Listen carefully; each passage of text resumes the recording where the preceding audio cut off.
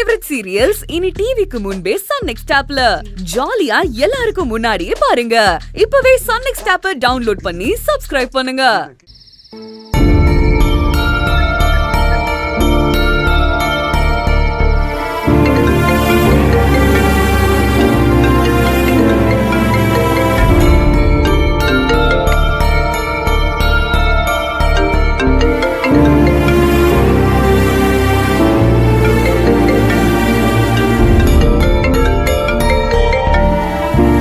மச்சான், சிஸ்டர் நிறைய தடவை கூப்பிட்டுருக்காங்க. போன் எடுத்து பேசி என்னன்னு கேட்டு வீட்டுக்கு கிளம்ப மச்சான். அட போடா. டேய் போனை வைடா. மச்சான் போன் கட் ஆயிடுச்சு, நீ வீட்டுக்கு கிளம்பி போ. என்ன சொல்ற சாமி? எனக்கு வீட்டுக்கு போக பிடிக்கல. அந்த சத்யாவை அவன் அண்ணங்காரனும் சேர்ந்துக்கிட்டு பண்ற அலப்பறையனால தாங்க முடியல. சத்யாவை வீட்டை விட்டு விரட்டி அடிச்சுட்டு நாம நம்ம வாழ்க்கையை பார்ப்போம்னு சொன்னா அப்படியெல்லாம் விரட்ட முடியாது. நான் அவளை திருத்தி கார்த்தியோட வாட வச்சே தீர்வன்னு பிடிவாதம் பிடிச்சிட்டு இருக்க ஆதுரு. அதெல்லாம் நினைச்சா எனக்கு கோவமா வருது. நான்லாம் போக மாட்டேன்டா. நீ என்ன பண்றனா, எனக்கு நைட்டு டிஃபனுக்கு 2 பன் பரோட்டாவும் 2 இலை பரோட்டாவும் வாங்கிட்டு இருந்துரு. அதுக்கு பணம்? சாமி, இப்ப நான் மனசு வெறுத்து போயிருக்கிற இந்த நிலைமையில நீ அதுக்கெல்லாம் என்கிட்ட பணம் கேட்க மாட்டேன்னு நல்லா தெரியும், சரியா? ஏன்னா நீ என்னோட உயிர் நண்பன்னு நீ தானே சொன்ன சாமி. நான் எப்படா சொன்னேன்? மச்சான், மனசு சரியில்லைனா எல்லாரும் பட்னி தான் கிடப்பாங்க. அதான் மச்சான் உலக வழக்கம். உன்ன மாதிரி பன் பரோட்டாவும் இலை பரோட்டாவும் சாப்பிட மாட்டாங்க. அதுவும் அடுத்தவன் படத்துல வாங்கி சாப்பிடவே மாட்டாங்க. என்ன சாமி பேசுற? நீ என்ன எனக்கு அடுத்தவனா?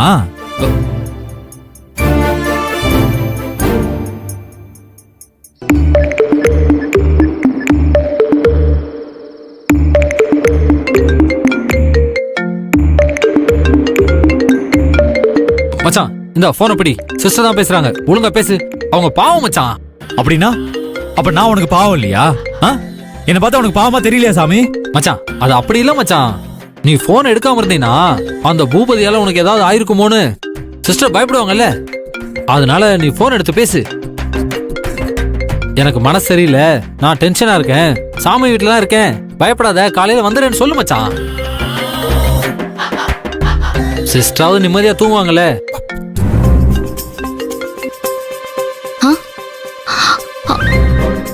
ஓஹோ, என் மேல இவ்ளோ கோவமா?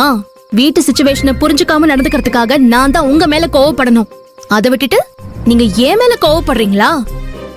இருங்க, கடைசியா இன்னொரு தடவை கால் பண்ணுவேன். அதையும் நீங்க எடுக்கலன்னா நான் யாரு, ஏன் கோவம் என்ன செய்யுங்கிறதையும் காட்டுறேன்.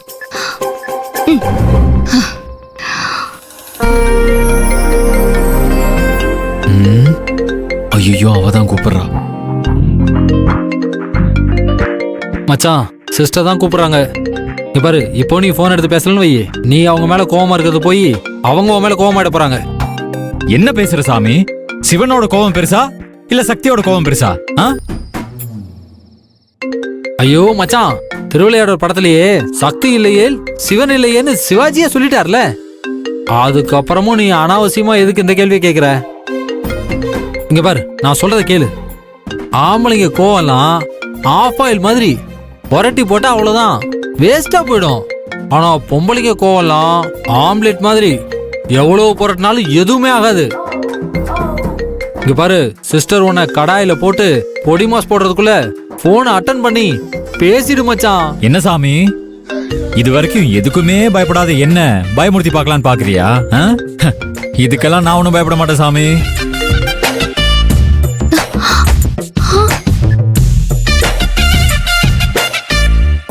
போச்சு போச்சு, இப்போ நீ போன் அட்டன் பண்ணல, என்ன நடக்க போதோ தெரியல.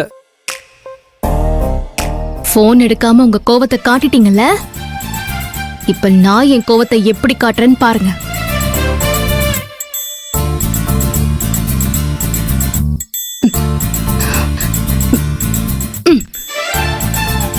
மெசேஜ் பார்த்து நீ வருவடியே வருவ.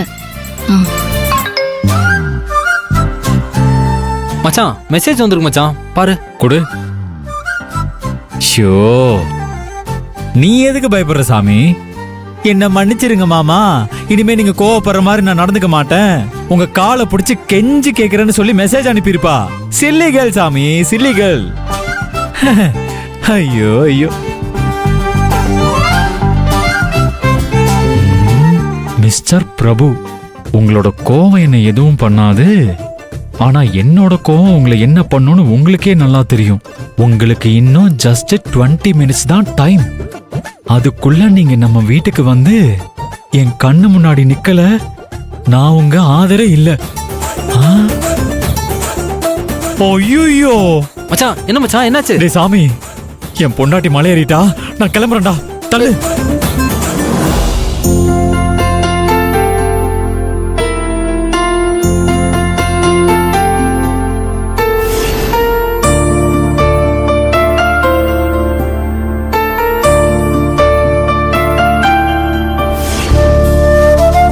என்ன பாஸ், என் போன் எடுக்காம எனக்கே ஆட்டம் காட்டுறீங்களா? அப்படி என்ன என் மேல கோவம்? நான் அப்படி என்ன தப்பு பண்ணேன்? இல்ல, நான் தெரியாம தான் கேக்குறேன். இந்த வீட்டுக்கு மருமகளா வந்து இந்த குடும்பம் எனக்கு முக்கியம் இல்ல, என் அப்பா அம்மா தம்பி தங்கச்சி தான் எனக்கு முக்கியம்னு நீங்க சம்பாதிச்ச பணத்தை எல்லாத்தையுமே நான் அவங்களுக்கெல்லாம் அள்ளி அள்ளி இஷ்டத்துக்கு செலவு பண்ணனா? சொல்லுங்க சொல்லுங்க பாஸ். உங்க அப்பாவையும் பாட்டியையும் மதிக்காம கவனிக்காம பட்னி போட்டனா? இல்ல என் நாத்தனார் ரோகிணியையும் ரேவதியையும் அண்ணிங்கிற கெத்துல கொடுமைப்படுத்தினா? உங்க தம்பி கார்த்திக் கெட்டழிஞ்சு நாசமா போன்னு நினைச்சனா? நான் அப்படி என்ன தப்பு பண்ண சொல்லுங்க? போய் ஐயாவை பாருங்க போங்க. என்ன சார் ஹெல்மெட் போடாம வண்டி விட்டுறீங்க? ஹெல்மெட் எங்க?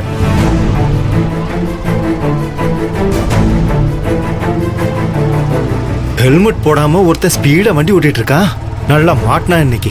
ஐயோ போலீஸ்! ஏம்மா! அட கால கொடுமையே! ஆதர 20 மினிட்ஸ்ல வீட்டுக்கு வரணும்னு சொல்லி மிரட்டி இருக்கா. இந்த நேரம் பார்த்து இந்த போலீஸ்காரர் என்னடானா நடு ரோட்ல கையையும் காலையும் விரிச்சு வச்சுக்கிட்டு சர்க்கஸ் காட்டிட்டு இருக்காரு. என்ன பண்றது? பேசாம கண்டுக்காம போயிட வேண்டியதான். ஏய் நிறுத்து நிறுத்து நிறுத்து! ஏய் ஏய் ஏய் நிறுத்து, வண்டியை நிறுத்து! ஏய்